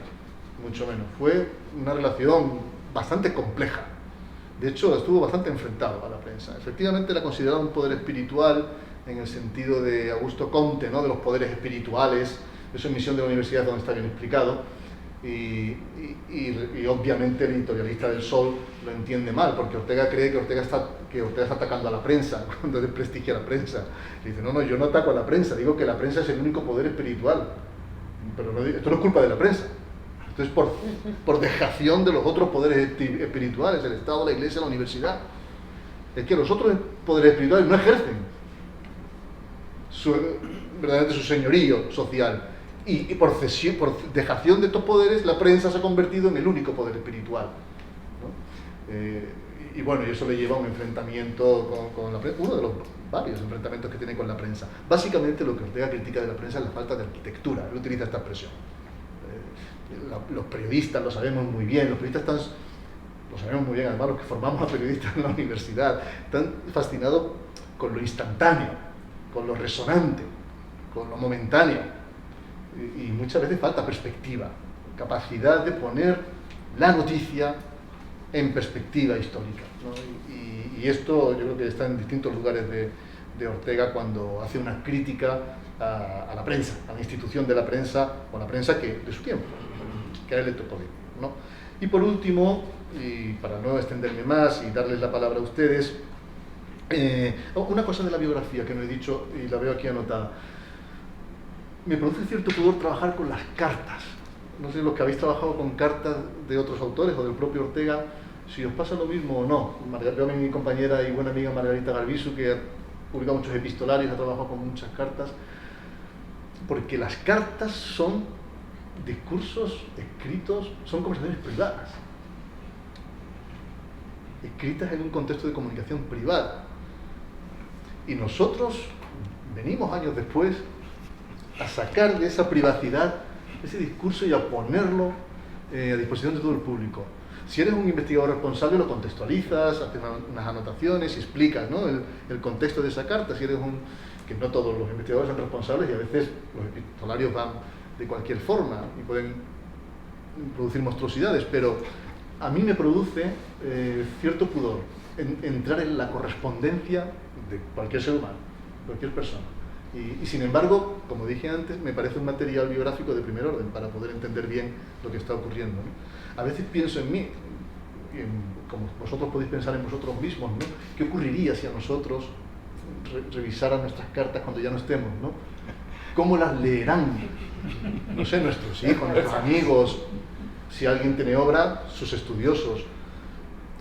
¿Cómo la leerán? ¿Cómo las interpretarán? ¿Qué saben de ti cuando tú escribiste esa carta, el momento, la coyuntura en la que te encontrabas? La persona que eras en ese momento. Me parece un tema muy interesante, el tema de la correspondencia privada y cómo lo utilizamos como material histórico o biográfico o de investigación. No sé, bueno, lo dejo ahí por si alguien quiere, con más experiencia que yo en este campo, quisiera aportar algo, ¿no? Y termino con lo del silencio Ortega, a partir del año 32.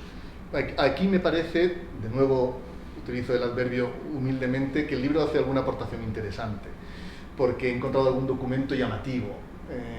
Por ejemplo, cuando Ortega se encuentra sin periódico en el año 32, porque ya no está en Crisol, ya no está en Luz, Urgoiti está fuera de juego, y Ortega siente que tiene algo que decir, pero es consciente de que no tiene una tribuna donde decirlo, cuando toda su vida la ha tenido. Y ahí hemos encontrado ahí en el archivo unos documentos que se llaman pliegos de cordel.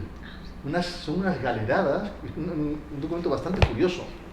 Son unas galeradas que están montadas con unos textos de Ortega en los que él se ve que necesita algún lugar, necesita un instrumento, una atalaya, necesita un medio a través del que expresarse porque siente que tiene algo que decir y no lo tiene.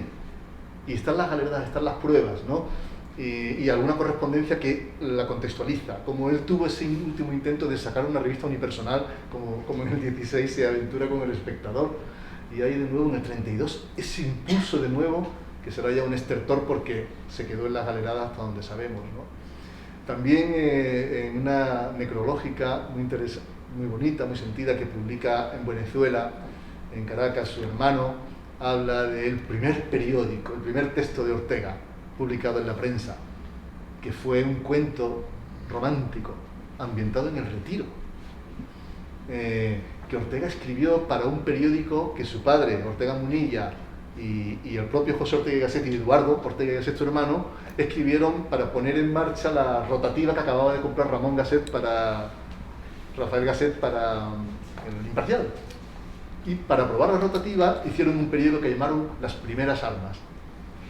Ortega Munilla, veterano periodista, con sus 2 hijos, y escribieron unos textos y los imprimieron. Y su hermano Eduardo Ortega y Gasset lo cuenta el olor de la tinta, el papel, dice, y recuerdo el cuento de mi hermano, lástima que no se haya conservado, desde luego nosotros no lo hemos podido ver, y no sé si será el único texto de creación literaria de Ortega o no, pero lo cierto es que él dice, su hermano, que era un texto de creación literaria, un cuento romántico ambientado en el Retiro, eso dice. Y respecto al silencio, estoy de acuerdo en que el silencio es un silencio positivo. El silencio es un silencio positivo. No es un silencio negativo o ausente de significado. Es un silencio positivo, quiero decir, lleno de significado. Y es verdad que está además escribiendo otros textos, está activo intelectualmente, muy activo intelectualmente hasta prácticamente su muerte, las conferencias que está dando en esos años, ¿no? Y es un silencio positivo, lleno de significado. Tiene tentativas, está contado en unas cartas que encontré con Luis de Galinsoga, un pariente lejano que entonces dirigía La Vanguardia Española en Barcelona, e invita a Ortega a que escriba La Vanguardia. Hay unas cartas ahí en las que les ruega, tenemos las respuestas de Ortega también, en la que Ortega agradece la invitación, pero no ve todavía el contexto adecuado para publicar en España. Le insiste varias veces, apelando a la familiaridad que tienen, es un pariente lejano, no investigué por dónde le venía el parentesco.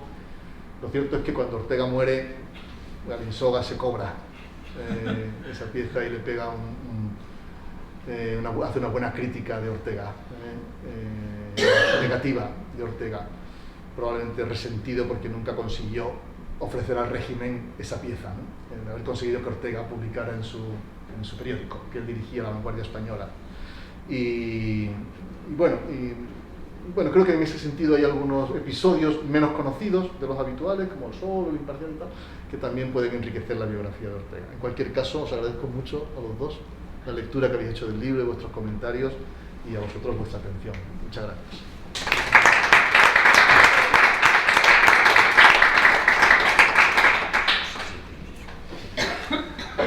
Bueno, son las 7:10 y yo creo que tenemos pues unos 20 minutos para que las personas que estáis en el público intervengáis. Por favor, María Luisa. Bueno, es que como recientemente he trabajado en el epistolario entre Ortega y Ramiro de Maeztu, hay allí un pequeño rifirrafe sobre lo que es el periódico. Que Ramiro le dice a Ortega que no entiende lo que es el periódico. Y entonces Ortega, claro, le contesta que el que no lo entiende es él, que el periódico es arte, es literatura. Y lo que tienen que hacer ellos, que son pensadores, que escriben en el periódico, es llegar a transmitir las ideas que quieren transmitir a través del lenguaje de la literatura. Bueno, o sea, todos sabemos que inicialmente Ortega dudó entre la literatura y la filosofía, ¿no? Siempre tuvo esa vena literaria, pero es que también incluso aspiraba a cambiar el periódico, porque decía que el periódico, bueno, el periódico de la prensa, me refiero concretamente, de Buenos Aires, de Gran Montán, que le pagaba muy generosamente, que eso es otro de los aspectos que hay que tener en cuenta. Quiero decir, en aquella época casi todos los escritores completaban sus honorarios escribiendo la prensa, ¿no? No con tanta asiduidad ni constancia, ni creando tantos medios como Ortega. Ortega ahí descolló sobre todos los demás. Pero no era una práctica que no fuese habitual. De hecho, muchas disputas entre ellos se ventilaban en la prensa, ¿no? No se escribían directamente para ventilar sus diferencias, lo hacían en la prensa, a través de la prensa, ¿no? Entonces, ¿en qué sentido Ortega decía que había que cambiar el periódico porque estaba muy atrasado? Había que hacerlo avanzar 50 años. Es decir, el periódico no podía limitarse a la inmediatez, no podía atomizar los hechos. Decía que cada hecho era el punto de una esfera y había que tener en cuenta la esfera en su conjunto. Es decir, había que conseguir trascender o universalizar, o como se quiera, los hechos, ¿no? Eso me parece interesante de la relación de Ortega con el periodismo, porque creo que él tenía bastante claro lo que era el periódico y él lo utilizaba evidentemente en el panorama político, lo estuvo utilizando mucho tiempo, apoyando a un partido, un movimiento, un personaje. Es decir, que él ahí sí que incidía en la opinión pública, o quería influir en la opinión pública a través del periódico. Pero fundamentalmente en el terreno tan complejo de la política española antes de la dictadura de Primo de Rivera, ¿no? Pero luego influir realmente con su filosofía. Vaya, yo eso lo veo dificilísimo, porque ¿quién leía los periódicos? Sus compañeros intelectuales, quiero decir, no podía llegar a la gran masa de gente, no podía incidir realmente en la sociedad en general a través del periódico, ¿no? Ahí yo lo veo eso de que él quería transmitir a todo el público sus ideas y hacerlas. Yo solo veo que era algo imposible en la época, imposible hoy, imposible en cualquier situación, ¿no? Quiere decir que de alguna manera le vino muy bien a Ortega el periódico porque le hizo trabajar muy bien su prosa, evidentemente, y eso se reflejó luego en todos sus libros. Yo creo que fue una buena opción, pero eso de que escogiese el periódico como plataforma para cambiar la mentalidad de la gente, para cambiar las creencias, yo creo que se movía en un círculo que también leía los libros, quiero decir, sin las revistas y los periódicos y punto. Bueno, y ya está, creo que no quiero extender. No sé si queréis hacer un comentario. Sí, bueno, lo leía, es muy interesante lo que estás diciendo. Se ha escrito mucho en historia del periodismo sobre esto. Claro, el Sol era un periódico bastante elitista, el Sol en particular. Lo leía el abogado, el médico, el intelectual, obviamente la persona formada, el ilustrado, como muy bien lo has dicho tú, que después en la barbería lo comentaba mientras ya preparaba.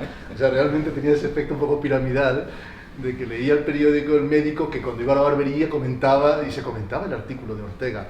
No, pero tenía bastante impacto, María Luisa, porque en la reconstrucción, por ejemplo, cuando están lanzando las revistas, lanzan El Espectador, por ejemplo, año 16, la red de corresponsales que tienen, cómo le van escribiendo, diciendo, tiene usted que mandar más ejemplares porque se han agotado en un día, o sea que realmente tenía difusión.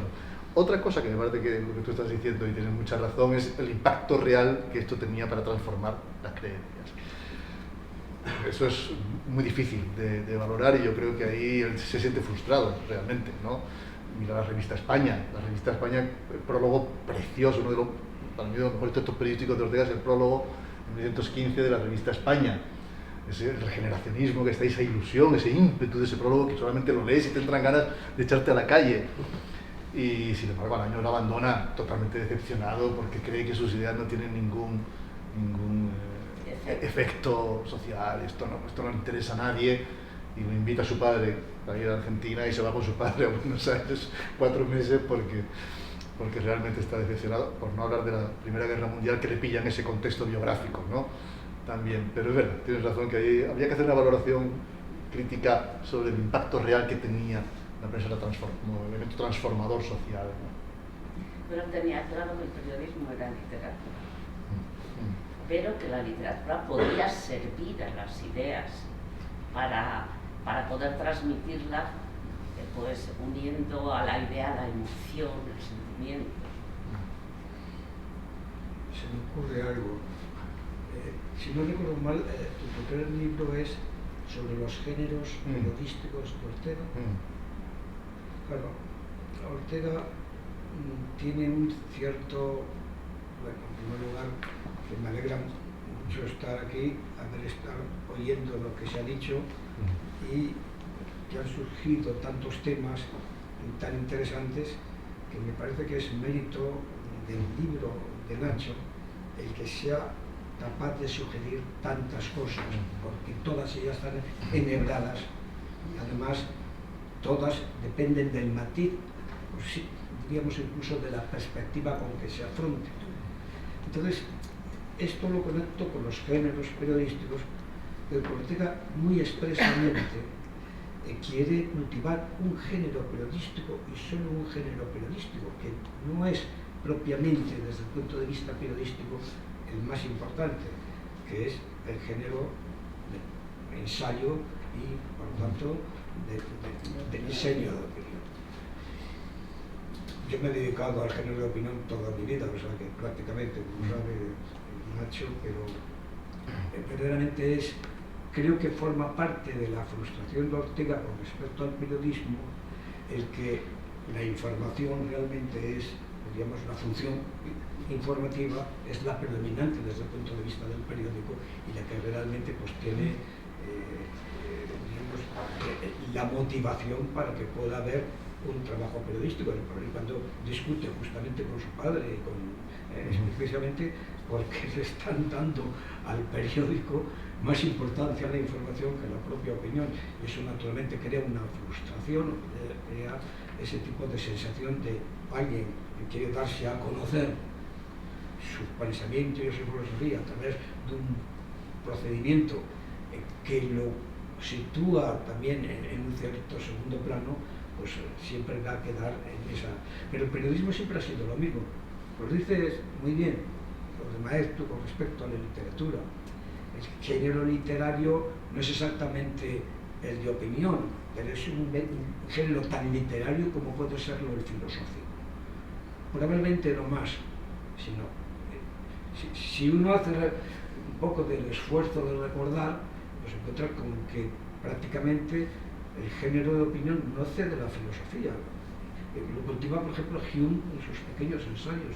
Es, diríamos, el precedente más claro. O, por ejemplo, Voltaire, y no dejan de ser filósofos y además reconocidos como filósofos. O también Rousseau, y prácticamente me parece que tiene más importancia ese aspecto incluso que el aspecto de la confrontación de lo político. Y en eso entiendo que está un poco el mérito de tu libro, el que te sugiere esa perspectiva que te permite encuadrar a Ortega dentro de una complejidad de contradicciones o de paradojas que todas ellas pueden ser resolubles, porque todas ellas dependen del punto de vista de cómo se adopta el matiz. Es decir, la filosofía, que en cierto modo es también una exposición biográfica, pero cuando se dice filosofía es biografía, incluso leyendo a Hegel uno puede ver que hay ahí, pero no digo ya Hegel, por ejemplo, Schopenhauer es una continua manifestación de una frustración filosófica que se expresa en un estilo literario muy superior al de Hegel, que es, diríamos, el contrapunto. Y el aspecto literario en la filosofía que creo que tiene una importancia también decisiva, de la cual Ortega bebe y es consciente simplemente por haber leído a Nietzsche. Leído a Nietzsche muy profundamente, porque Nietzsche es el que, diríamos, es el que rompe todo el esquema de la filosofía clásica a la que tú te has hecho referencia, alemana, que al fin y al cabo luego va a seguir Heidegger, pero cuyo arquetipo es Kant, y luego lo hace ya en un hermetismo casi incomunicable el propio Hegel, pero el que rompe eso en alguna medida utilizando los mismos procedimientos herméticos, metafóricos y por lo tanto de un lenguaje un poco accesible, pero por otro lado estilísticamente, no sé, casi podrías decir que deslumbrante, es Nietzsche. O sea que todo, digamos, me parece que el conjunto está lleno de paradojas que se conectan entre sí y que de una manera u otra se manifiestan en cualquier escritor y en cualquier filósofo. Y por eso filosofía, literatura, periodismo de opinión, incluso periodismo de actualidad, pues hay una conexión que solamente la necesidad de tener que distinguir y hablar de una cosa concreta en un momento dado nos hace dividir y clasificar lo que en sí mismo es un continuum difícilmente clasificable y en el que siempre vamos a encontrar matices, sutilezas y aspectos que permiten establecer la conexión. Y me parece que el mayor mérito de tu libro es haber abierto, digamos, esa perspectiva de continuidad y por otro lado también de contradicción entre los aspectos filosóficos de Ortega, su ansiedad literaria y por otro lado su vocación periodística, que no deja de ser una vocación también de alguien que nace en una rotativa. Así que yo me parece que eso es lo fundamental que hay que celebrar de este trabajo tan interesante. Antonio. Vamos a ver, yo he podido leer sobre todo, uno elige los temas que le atraen más, la parte final, la segunda navegación, el tema del silencio, todo esto me ha interesado siempre mucho. Incluso hablé aquí en el seminario de la Fundación sobre Ortega después del silencio, ¿no? Entonces, claro, a mí me parece que tratas ahí muy bien el avatar, sobre todo que él vive con la nación. Y todo el drama, cuando has citado a este intelectual que le responsabiliza, cómo él se vive, ¿no?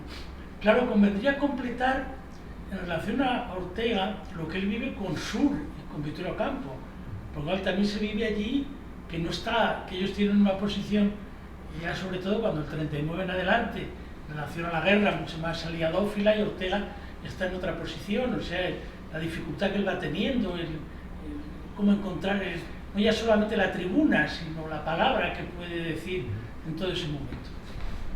Sí que me parece muy interesante cuando tratas, y ahí creo que lo de la correspondencia esta que has estudiado, pues a mí por lo menos sí que me ha ayudado a conocer cosas que no conocía. Por ejemplo, la carta de Ruiz Jiménez a los hijos, cuando muere, ¿no? Cuando muere Ortega.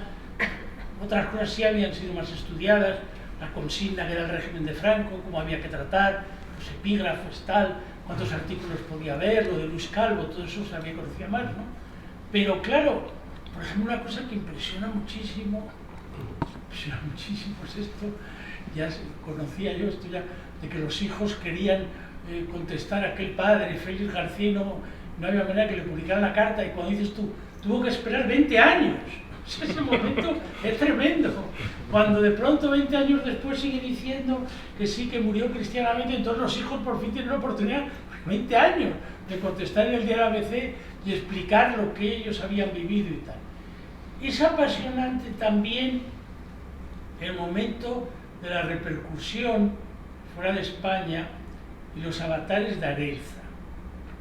Claro, personaje complejo, porque claro, tú sacas el Arelza del 55, que era el embajador. Yo cuando leía lo que tú has puesto ahí, que no conocía yo cuál había sido la posición que le había tenido, que había escrito, y que hubiera dicho Arelza en el 65, y excuso decir en el 75, o sea, fue realmente un hombre con una habilidad para cambiar sus memorias continuamente.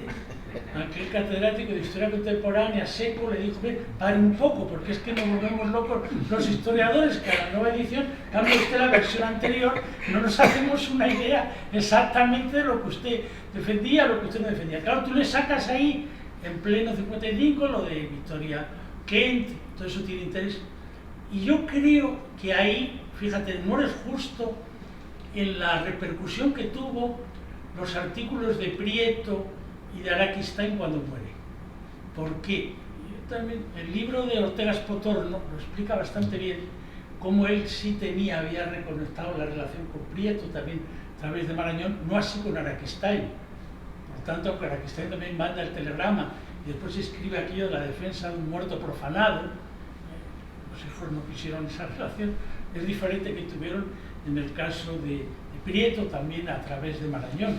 Porque allí efectivamente sí que yo te diría, si hay una nueva edición, lo que sería apasionante sería completar todo aquel asunto, no solo en la manifestación de los estudiantes, sino en esto que estudió muy bien Pepe Lasaga, del homenaje que le da la Facultad de Filosofía un mes después. Donde interviene Marañón, interviene González Álvarez, interviene Laín, y la carta que Marías envía a Marañón, enormemente dolido porque haya participado en un homenaje donde con su presencia parece usted hacer ver como si esa facultad tuviera que ver algo con la que tuvimos, en la que estuvimos nosotros en los años 30. Por tanto, ahí sí que hay un elemento de relevancia del dolor que él vive. El dolor que vive Marías, que habéis impedido que pueda acceder a nada con aquello de Calvo Serer. No hemos ganado una guerra para que un discípulo, el último responsable de toda la catástrofe, que tenía la misma posición que el intelectual argentino, sea el querer esa cátedra, entonces impiden completamente lo de Marías. Pero claro, él de pronto ver que Marañón y tal existía, le manda esa carta, una carta muy dolorosa, muy de impugnación. Y entonces sí tiene interés para ver un poco cómo es la perspectiva y sobre todo para ver el contraste con el exilio, que no es solo las cartas, los artículos, digamos, más a la pluma de Prieto, de Araquistáin, sino yo creo que sobre todo lo de Gauss, es decir, también lo de María Zambrano, pero lo de Gauss. ¿Por qué? Porque los que se quedan aquí tienen que, o los que están aquí, no es que se queden, llevan aquí desde el final de la guerra, tienen que intentar, como sea, defender a Ortega frente a los padres Ramírez y a los que le quieren llevar el índice de libros prohibidos. Pero los que están fuera, se ven muy bien en los artículos de Gauss, que también Pepe Lasaga recogió muy bien en los escritos, en la edición de escritos sobre Gauss, ¿no? Se ve muy bien que, claro, ellos inmediatamente empiezan, claro, te piden, ha muerto, un balance, y empiezan a hacer, bueno, pero ¿cómo era aquello? ¿Qué defendió Ortega? ¿En qué nos equivocamos? ¿Dónde estuvo el error? ¿En qué momento? Y claro, es como retomar la cosa del debate de los años 30, mientras que esa no es la posición que tiene en ese momento Laín, o que tiene Aranguren, o que tiene Marabal, que claro, tratan de intentar defender para que no lo lleven a, no excluyan a Ortega, pero los que están allí sí tratan de retomar lo que era la cultura republicana, incluso, según cita en algún momento el propio Gauss, el hermano también, el hermano también, que había sido político activo, trata de decir qué medida él tuvo razón o no tuvo razón, en qué medida ocurrió, qué proyecto de república, porque claro, era un tema que ellos habían tenido muy presente. Por tanto, es simplemente una aportación de que lo amplíes, porque yo decía, ¿y por qué tiene tan pocas páginas esto del silencio? Al lado de los que tienen los anteriores, que le dé más juego a todo el silencio, que da para más, haber ampliado un poco más esa parte. Fíjate que en tu propio comentario, Antonio, está la respuesta. Es tan complejo todo ese momento, que seguro que Pepe ahora nos lo amplía más. Es tan complejo que me daba miedo profundizar más o ampliarlo más, porque como era una cosa bastante circunscrita un poco al mundo periodístico, me pareció interesante cómo a veces se revela contra la consigna del Ministerio de Instrucción Pública, cómo Luis Calvo se pasa la tolera, la orden, y cómo el resto de prensa del movimiento dice, uy, estos están publicando, y se tiran todos a la piscina, claro. Y él a veces se tira pensando que, bueno, nos van a multar, pues asumamos la multa, pero por lo menos publiquemos lo que tenemos que publicar. Y cómo el resto de medios del movimiento empiezan a publicar a partir de que habla Luis Calvo de esa metáfora, ha empezado el cuentagotas orteguiano, ¿no? Y dice José Ortega Espotorno. Y esa parte, por el interés periodístico, me pareció incluirlo. Pero todo lo que tú estás explicando es precisamente la explicación de por qué me daba miedo meterme más, porque realmente ahí es casi otro libro el que tú acabas de resumir en 5 minutos, ¿no? Vamos, Pepe levanta la mano y creo que Pepe sí quiere decir algo de esto. Bueno, primero disculparme por no haber leído tu libro y por tanto no puedo referirme al tratamiento que haces de estos asuntos que han surgido en el debate. Efectivamente, el que parece que se lleva el premio gordo es el asunto del silencio de Ortega, que a mí también me ha preocupado y me ha ocupado mucho. Yo, sobre todo refiriéndome a la intervención de Esmeralda, me gustaría matizar que en lo que yo he oído parece que el silencio afectaría en general a cualquier cosa que dijera Ortega después de 1932, cuando claramente Ortega dice que no va a hablar de política española, es decir, que no va a escribir en los periódicos, y hasta donde yo sé, hasta donde yo he leído, eso Ortega lo respeta, con puntuales excepciones, que a Jesús le parecen enormes y a mí me parecen minúsculas. Un par de páginas en torno al pacifismo y alusiones. Si le diéramos a un académico nepalí, le diéramos a leer del Imperio Romano, conociendo el nepalí muy bien, la filosofía política romana y europea, pero sin conocer la circunstancia española, dudo que el académico nepalí tuviera problemas para no entender el texto de Ortega, sin conocer nada de la historia reciente de España. Es decir, el texto del Imperio Romano, que es una cuestión a la que Jesús se ha referido expresamente aquí, ahora. No, lo mencionaste tú, Esmeralda. Sí. Jesús, Yo lo mencioné. Aunque sí, es uno de los que tengo en mente. Sí, es uno de los que tengo en mente. En otra ocasión... Sí, lo tengo en mente, además. Sí, que, toda la razón. Si realmente hiciéramos ese experimento mental, probablemente el texto del Imperio Romano tiene una autonomía de sentido total y absoluta, con independencia de las supuestas alusiones que algunos lectores encuentran en eso. Claro, se habla de guerra civil y se habla de concordia. Claro, evidentemente, ¿cómo no pensar? Pero el cómo no pensar afecta al lector, no a la necesaria intención del autor, que tenemos la obligación de respetar. Es decir, que tenemos la obligación de conceder a Ortega que efectivamente cumplió bastante con su palabra de que no iba a hablar de política española después de 1932, sin contar el artículo de 1933, en que, por supuesto, sí escribe en un artículo largo, precisamente en defensa de la República, y dando un atabonazo a las derechas, diciendo, bueno, ahora a ver si vais vosotros a cargaros este invento ahora que lleguéis al poder, ¿no? O sea que, en ese sentido, el problema del silencio es realmente un problema extraordinariamente complejo a la hora de discutir, pero claro, también efectivamente, como tú has dicho, Ignacio, es un silencio positivo, porque es un silencio que muchas veces, con mucha inteligencia y poder metafórico, Ortega subraya lo que dice, claro, dejando sin decir lo que él se prohíbe decir, ¿no? O sea y quería comentar una cosa sobre los diálogos de Cordel. Tú en tu libro cometes el dato de que eso lo había comentado Ortega con Zambrano. No. Zambrano tiene un artículo, lo digo también pensando en la segunda edición que seguro vas a hacer, y lo digo también porque hay un texto muy corto de Zambrano en donde Zambrano se hace eco de esa idea tan bonita de los higos de Cordel, que además, incluso si no recuerdo yo mal, pues un recuerdo muy vago, Zambrano dice algo así como que la idea de Ortega era hacer lo que hacían los ciegos, que era ir por las tabernas cantando los aleluyas, ¿no? O sea, que en fin, era una idea. Colgarlo en la Puerta del Sol o en la Plaza Mayor para que la gente lo leyese. Entonces Zambrano se hace eco de ese proyecto. Lo que yo no sabía, y ahora lo has comentado tú, que interesante es que existen. Están ahí, están en los archivos. Sí.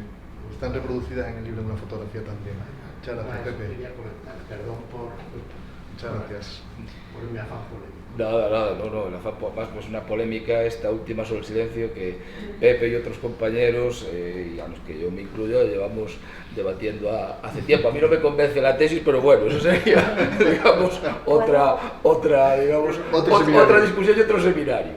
Pero ni siquiera con la imagen esta del nepalí, que me parece acertada, me parece interesante, pero en fin.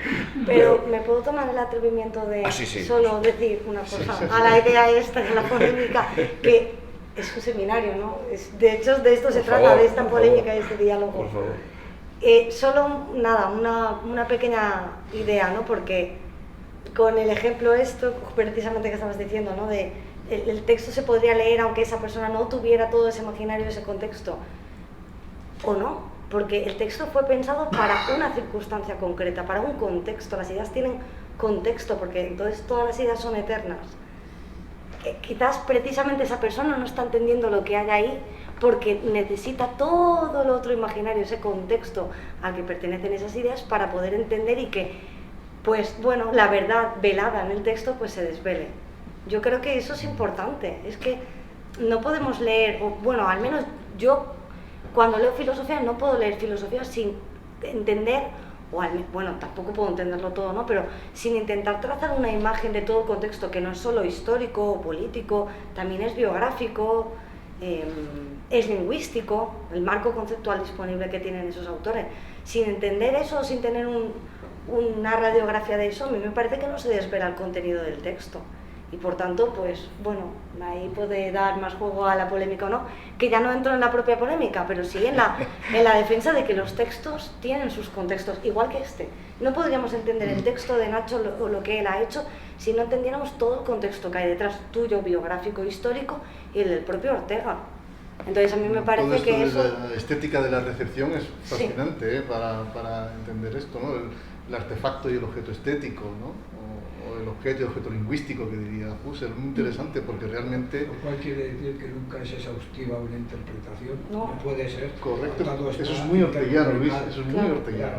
Y perdona si te interrumpe, entonces yo querría ver un aspecto del silencio, si hasta qué punto, desde el punto de vista de quien ha escrito ese libro, o de los dos que también he visto bien el tema, responde también diríamos, a la frustración de no haberse reconocido como un filósofo sistemático en el sentido en que podía haberlo sido Heidegger. En ese sentido, dice, pues, tengo que dedicarme también, y esto es lo que puede tener sentido para la segunda liberación, es una interpretación, naturalmente, tengo que retratarlo y tengo que escribir algo así como, no sé, la idea del principio en Leibniz o el hombre y la gente, que son la parte, diríamos, más sistemática. Bueno, la idea del principio en Leibniz, la cual no se habla de la idea del principio en Leibniz, se habla de todo, pero ahí no acaba un momento de ver dónde está la idea, porque además está frustrado, acaba, pero en fin, de todo lo que está incoado, todo lo que está implícito, todo lo que está sugerido, porque todo pensamiento es capacidad de sugerencia, capacidad de incitación y capacidad de evocación. Eso es lo que creo que me parece que se refería a claro, eso es lo que nos abre, digamos, la perspectiva de que el silencio de Ortega puede ser también un silencio, incluso utilizaría la palabra paradójicamente, surgido de la propia frustración de ese reconocimiento o de conseguirlo, que por otro lado, para mí, desde el punto de vista ya de la interpretación personal, lo consigue sobradamente a partir de meditación de la técnica. Ahí me parece, no sé si lo veréis así o no. Es una época muy complicada y bueno, hay mucho escrito sobre el silencio de Ortega, creo que da para un seminario, apuntando para algún tema, pero que el silencio es positivo, que Ortega era muy consciente, como dice, creo que al principio la ronda era más, este texto es demasiado humano para que no le afecte demasiado el paso del tiempo, que él siente en muchos momentos la necesidad de explicar lo que ha querido decir. El protagonista de sus obras es justamente esto. Yo le hablaba a Juan. Él es muy consciente de la naturaleza dialógica de su filosofía, de lo que está escribiendo y cómo la forma que le está dando en el texto periodístico y cómo ese texto descontextualizado puede convertirse en una lectura monstruosa. Pero puedes contextualizarlo al día de hoy. Totalmente. Y desde el punto de vista de la contextualización del texto, de la reunión de las masas, al día de hoy, es que conectándolo con el mundo de las redes sociales y con el mundo de la falsedad o de las fakes, tiene una vigencia, incluso creo yo, mayor que la que tuvo incluso en su tiempo. Sí, totalmente. El significado para nosotros es una lectura nueva y el conocimiento se renueva con cada lectura, cada generación hace de un texto obvio eso. Seguro que estamos diciendo lo mismo. Los textos buscan contextos también, no hay que olvidar eso, que los textos, claro, lo que acaba de apuntar, buscan contextos. Estoy pensando, por ejemplo, en la edición que hace Mermal de La rebelión de las masas a finales de los 90, donde el contexto que le da al libro es la sociedad americana de su tiempo, es la sociedad norteamericana de los 80 y 90. Y los comentarios que hace Mermal de su prólogo van justamente en la dirección de comentar la capacidad profética del texto de Ortega. O sea que, en cierto modo, hay textos que buscan, que inventan contextos, a pesar. Dicho lo cual, cada texto respira. Sí, sí. Eso en el fondo es razón histórica. Claro. Cuando hablamos de razón histórica es precisamente porque... pero en fin, esto yo creo que los... Bueno, yo es que porque está señalado que termina a las 7:30, entonces yo no sé si termina a las 7:30 o a las 8. Por mí seguimos hablando, ¿no? Aquí no hay... No sé si van... ¿Termina a las 7:30 o a las 8? Es que no lo sé. ¿Podemos seguir? Pues entonces... No, esas personas se quieren marchar, yo creo. No sé si alguien quiere haremos una segunda parte sobre una última intervención o... Yo creo que Ortega no habló porque no podía hablar. Quiero decir, él tuvo muy claro en ciertas circunstancias, concretamente con Unamuno, que era absurdo hablar con Unamuno. Porque cuando estás en ese momento, la ideología estaba claramente dividida y férreamente defendida, sin ninguna fisura. Entonces, ponerse a analizar la situación con la complejidad que tuvo en su momento y tal, sabía que aquello no iba a ser comprendido. Y él sí se cayó con Unamuno, porque dijo, es que es absurdo, Unamuno no me va a entender, ¿para qué voy a seguir? Pues podía haber hecho lo mismo en esa situación, no hablo porque no podía ser entendido lo que él podía decir, me parece a mí. Él mismo reclama su propio derecho, y tengo derecho a guardar silencio, ¿no? Pero es que, vamos a ver, yo es que ya no me puedo quedar, veamos desde el turno. No, hay que saber, yo creo que es imperativo para leer a Ortega que sepamos leer entre líneas. O sea, hay que entender las pistas que el filósofo, porque, vamos a ver, es que se puede escribir una historia de la filosofía, de la persecución de la filosofía a lo largo de la historia, y yo creo que Ortega entra en ese caso. No quiero decir que le persiguieron directamente, que también. Me estoy refiriendo en un sentido figurado. Hay un momento en el que el filósofo tiene que esconder un poco, como dice Strauss, porque Strauss tiene una situación similar, ¿no? También se tiene que exiliar a Estados Unidos. En el articulito primero que publica cuando llega allí, el de Persecution and Art of Writing, no recuerdo el año ahora, ¿no? Pero viene a decir algo así, ¿no? Como que el filósofo deja pistas entre líneas para que el lector atento, el lector inteligente, otra vez de nuevo utiliza la palabra inteligente, y eso a mí no me parece casualidad. Es decir, otra vez vuelve a repetir, aunque Strauss no habla de la etimología, pero conocía esa etimología de elegancia para que el lector inteligente sepa encontrar las pistas de aquello que yo le estoy dejando ahí. Yo creo que en Ortega tenemos que ser capaces, cuando él dice una cosa públicamente, respecto a su silencio político, es verdad que antes se me ha olvidado, pero porque yo hablo muy rápido y se me van yendo las cosas, ¿no? Que deja pistas entre líneas de aquello que sí que está expresando, porque hay un diálogo latente. Ejemplo, Miseria y esplendor de la traducción, que podríamos decir, eso no es un texto político.